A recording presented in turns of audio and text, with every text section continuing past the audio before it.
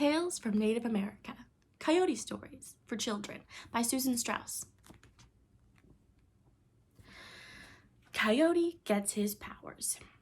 Now, long ago, and I mean long ago, in the days before the coming of the human beings, there were only animal people. There were the four-leggeds, the deer people, the raccoon people, and the great big bear people. There were the snake people, the frog people, and the insect people. In those days, there were even plant people and rock people. The rock people are the oldest people in the world. They were here before anyone else, and for that, they deserve a lot of respect. Now, in those days, there came a great voice, and it spoke to all the animal people. Some of you have names now. Some of you will need new names for when the human beings come. Come to my lodge in the morning, and I will give you your new names. This was the voice of the spirit, native people would say, that shoots up and out in all green things, the creator.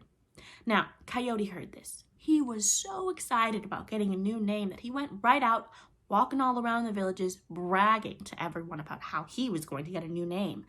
This is how Coyote spoke. I, Coyote, will be the first one to the Creator's Lodge. Yeah! Then all of you will be calling me, Grizzly Bear. Yeah, Grizzly Bear, chief of the mountain people. And Coyote went on his way to the next village. Hey!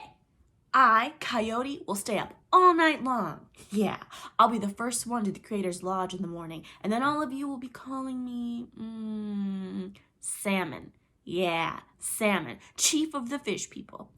Coyote was always forgetting something, and if one of the animal people reminded him that he wanted the name Grizzly Bear, he'd say, oh yeah, I knew that, I just forgot.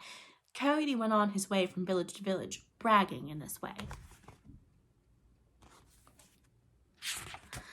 Now, do you think that the animal people were listening to Coyote when he was bragging like this?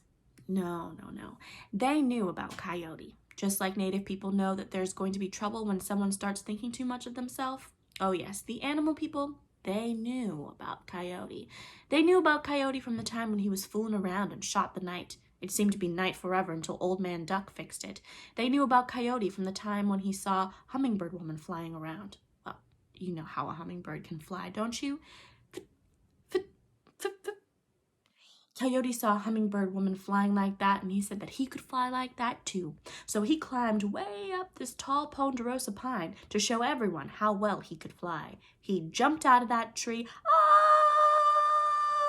splat, flat on the ground, just like that. So ever since that time, the people gave him a special name. Well, of course his name was Coyote, but when he was acting like this, the people called him another name. They called him Sanchalea.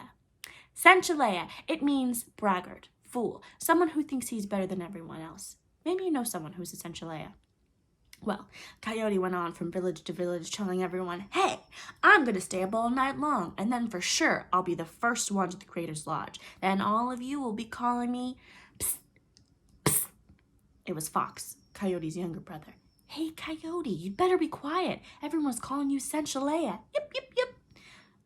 Let them call me Sanchalea. You will see, Fox, I'm going to stay up all night long. Then, for sure, I will be the first one to the Creator's Lodge. And even you, Fox, you're going to be calling me, Grizzly Bear. Yeah, Grizzly Bear, chief of the mountain people. Fox just sat there. His eyes were wide with disbelief. I don't know, Coyote. I think you're going to have to keep your own name. Yip. Yeah. But Coyote had already gone off his own way. He never listened to his brother Fox. This was his way. He always knew better. Coyote went all the way home to build a fire. After all, he was going to stay up all night long. Soon he was sitting around, snapping a fire, dreaming of his new name. Grizzly Bear. Yeah. Salmon. Ooh, yeah, salmon.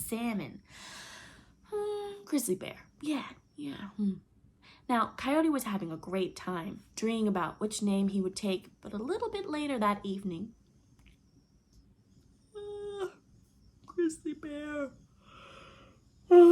Salmon. Oh, I'm gonna have to stay up all night long. How am I gonna do that? I know, 2 sticks.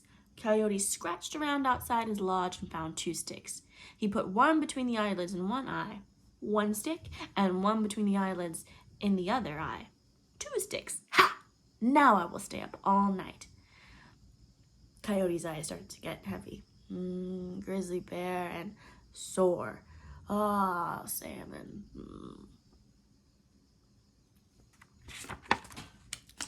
Snap!